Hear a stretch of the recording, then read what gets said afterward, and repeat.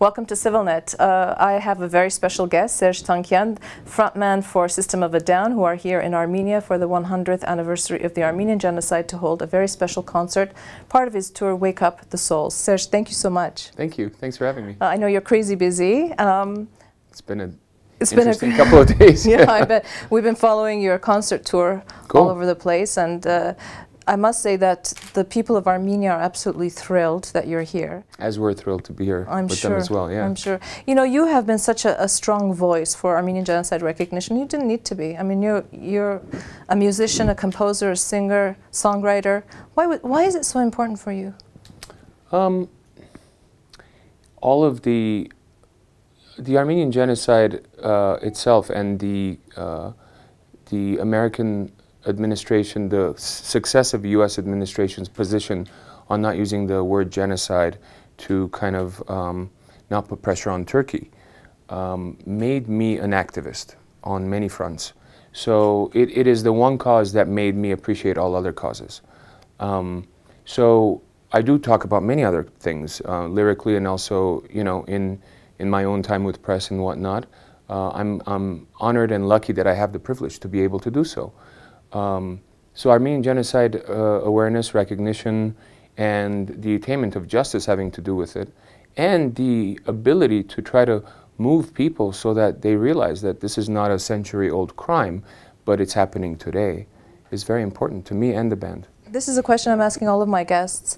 The genocide was a cataclysmic event in our national narrative, and it really formed a national consciousness that was full of pain, and it was an open wound. And now we are entering the next century. And as an Armenian activist, as somebody who has brought so much attention to the cause, what is the next century going to be? I'm not asking what's the next, I mean, can we change the narrative? Can we become a strong voice for all human suffering, for all atrocities against humanity? Or should we? Or shouldn't we have? Look, we experience things for a reason, and if we just keep it to within the borders of our own consciousness, then we're not doing anyone service. So the genocide is a lesson not just for Armenians but the world, because obviously it's a crime against humanity, not just a crime against Armenians. And we need to make sure everyone learns that. In terms of what we're coming to, I said this yesterday at a talk. I said no nation wants to be victimized forever or remembered as victims forever. It's not necessarily a positive thing, but we need to disperse our culture, share the beautiful things about what Armenia's meant historically, pre-Christianity. We always talk about being the first Christian nation. That's all good and fine, but we need to really, really dig into our roots, because we're an old, ancient people and have a lot to share in terms of our history, our culture, our music, our food, a lot of stuff. And I'm hoping the next century brings more of that sharing and I hope we get justice soon so we can all put this collectively behind us. Mm-hmm. One more political question and that's it. Barack Obama, once again, will not use the word genocide. And the justification is that while we respect the victims, we don't want to create the circumstances for more victims. What do you say to that? Well, the U.S. hasn't tried to put Omar al-Bashir in the hands of the ICC recently either. Genocide is not a priority for any nation, unfortunately.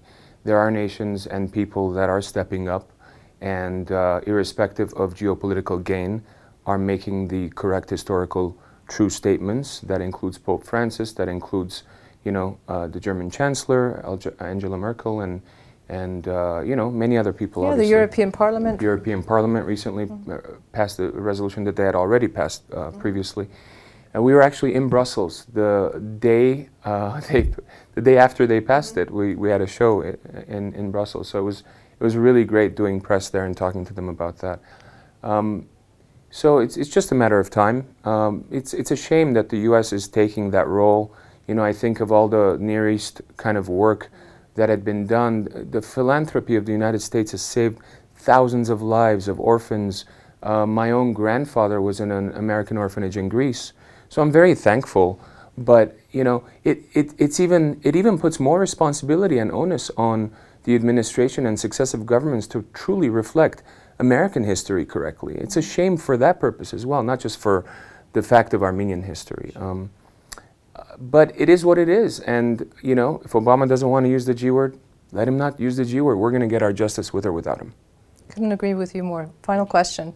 Anything different at this concert than the other concerts that you did within this tour? Absolutely. A lot of surprises. Well, you know, number one, we're all really, really excited being in Armenia as a band for the first time. I've played in Armenia as a solo artist a few times, but you know, and I'm enjoying seeing the excitement on the other guys' faces and the happiness and the kind of thrill that they're getting just walking around Yerevan. And you know, for Darren, it's his first time here, for example. Shavo and John have been here before a few times.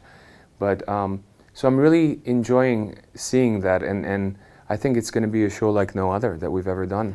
I think so too. And I'd like to say that System of a Down tonight will break all sound records in the history of Armenia, because we're going to be the loudest band that's ever played in Hayastan, guaranteed. Well, I will hear you all the way up in Monument, probably.